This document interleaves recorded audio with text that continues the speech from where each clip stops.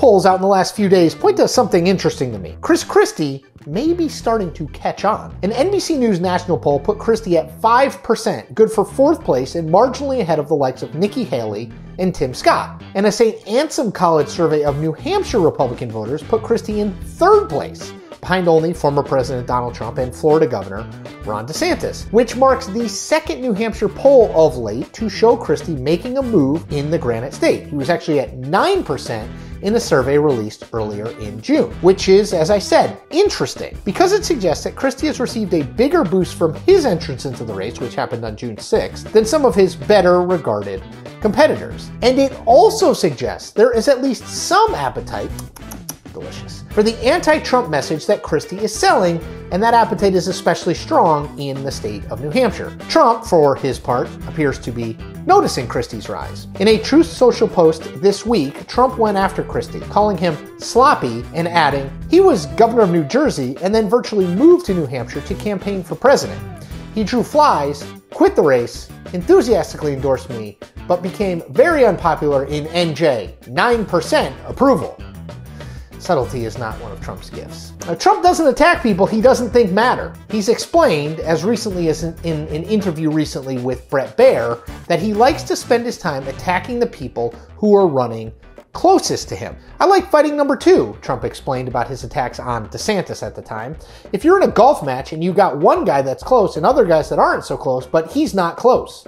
I think I get the idea there. Anyway, as I've said before about Christie, I think he is uniquely positioned to make Trump uncomfortable in this race if anyone can. Christie is very media savvy and very good on his feet, which makes him someone that TV networks are regularly going to turn to for interviews. He was on ABC and Fox News just this past weekend. Those interviews get his name and message out there. And my guess is that Christie will be a standout in the first debate in August as well, whether or not Donald Trump takes part. Christie also knows Trump and Trump's insecurities very well from his time as governor of New Jersey, meaning he knows where to poke the billionaire businessman where it hurts. All of which means that Trump will struggle to ignore Christie's repeated provocations. And by attacking Christie, Trump will likely continue to elevate the former New Jersey governor in the eyes of voters. Now, this Christie bump is bad news for DeSantis, who is desperately trying to turn the race into a two-man affair. If Christie's numbers continue to improve in New Hampshire, it's very likely it's taking support away from DeSantis, who